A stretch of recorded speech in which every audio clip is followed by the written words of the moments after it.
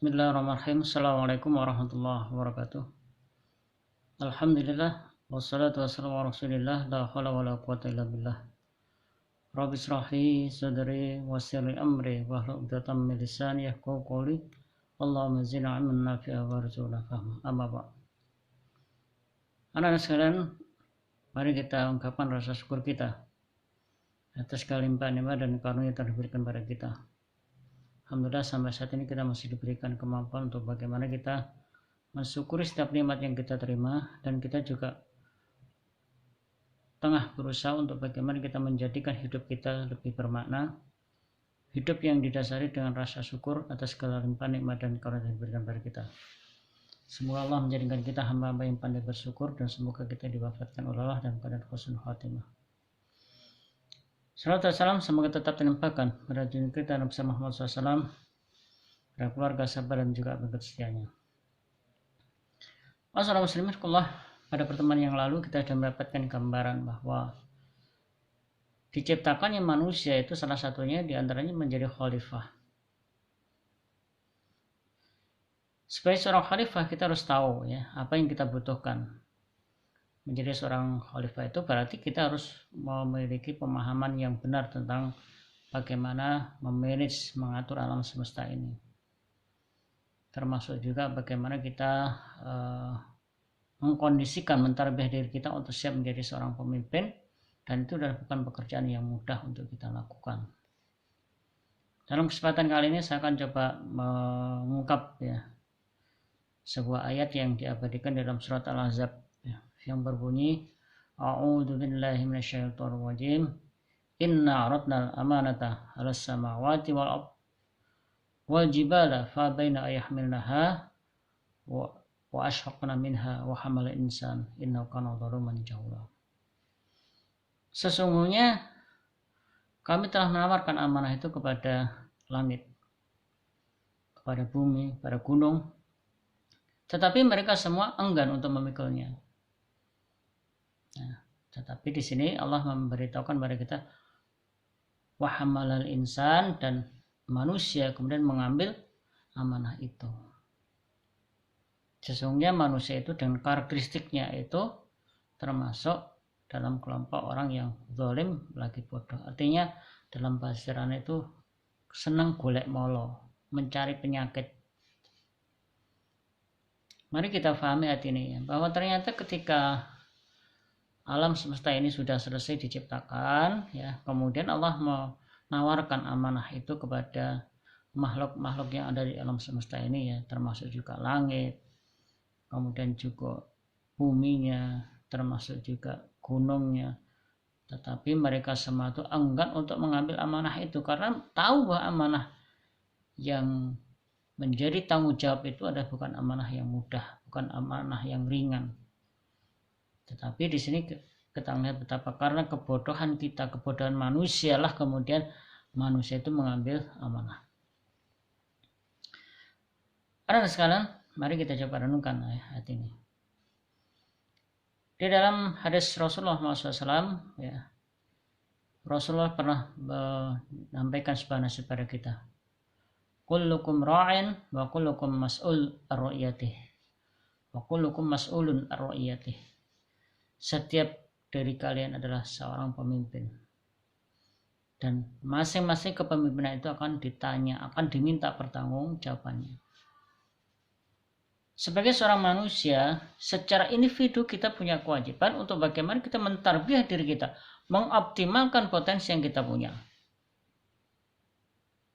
Karena itu, anak-anak sekalian, kalau kita merasa sebagai makhluk yang diciptakan oleh Allah, yang punya tugas bagaimana kita mengemban amanah ini, mengelola alam semesta ini, maka satu hal yang harus kita lakukan adalah bagaimana kita membekali diri kita dengan ilmu yang saat kita butuhkan untuk bagaimana kita memanage alam semesta ini.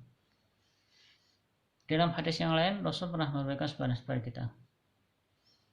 Man arada dunya fa'alai bil ilmi, wa man arada al-akhirata fa'alai bil ilmi. Barang siapa yang menginginkan sukses dunia, maka dia harus punya ilmu. Sebaliknya, waman aradal akhirah fa'ali bil ilmu. Barang siapa yang menginginkan sukses akhirat, maka dia juga harus punya ilmu. Barang siapa yang menginginkan sukses keduanya, dunia dan akhirat, maka dia juga harus punya ilmu. Ini menjadi persoalan yang perlu kita paham bersama, karena kalau kita coba renungkan kembali bahwa ternyata potensi yang kita punya yang berupa pendengaran, penglihatan, hati nurani kita itu ternyata harus dioptimalkan sedemikian rupa, dimaksimalkan ya.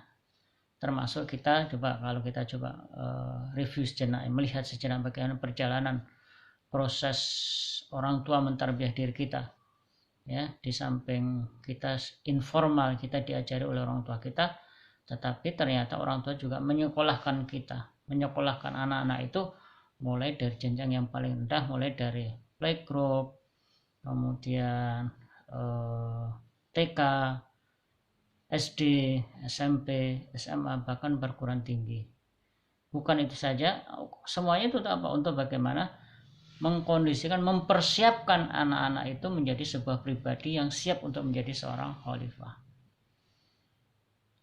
Tetapi coba kalau kita renungkan kembali bahwa ternyata banyak di antara kita yang belum mengerti esensi daripada kita sekolah, esensi daripada kita menuntut ilmu. Banyak di antara kita yang diperintahkan untuk belajar itu ogah-ogahan, males ya. Dia merasa bahwa seolah-olah yang butuh sekolah itu adalah orang tua kita.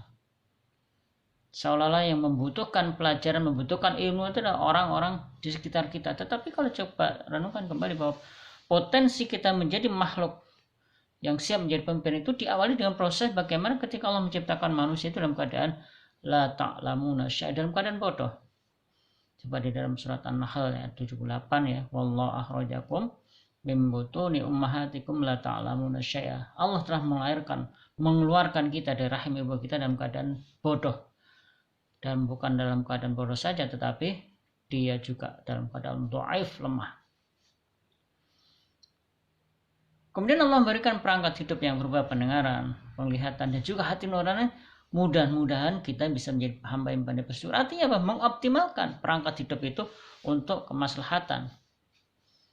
Telinga dipakai untuk mendengarkan, penglihatan dipakai untuk melihat, hati nurani dipakai untuk bagaimana kita merasakan, ya, memiliki rasa sehingga kita memiliki kepedulian terhadap sesama, terhadap makhluk-makhluk yang lain yang menjadi beban kita, menjadi amanah kita, menjadi tanggung jawab kita sebagai makhluk yang diciptakan oleh Allah. Karena itu ayo kita coba, khususnya anak-anak yang sekolah di lembaga pendidikan Baitul Izzah ini harus sadar, harus mengerti bahwa proses belajar ini bukan untuk kita sendiri, tetapi bagaimana kita dikondisikan, ditarbiyah untuk bagaimana kita siap menjadi seorang pemimpin. Pemimpin yang mengerti betul tentang siapa yang dipimpinnya. Pemimpin yang tahu bagaimana dia mengelola, memanage alam semesta ini sesuai dengan arahan Allah, ya, zat yang menciptakan alam semesta ini. Nah, mari kita coba siapkan diri kita untuk menjadi para pemimpin, ya.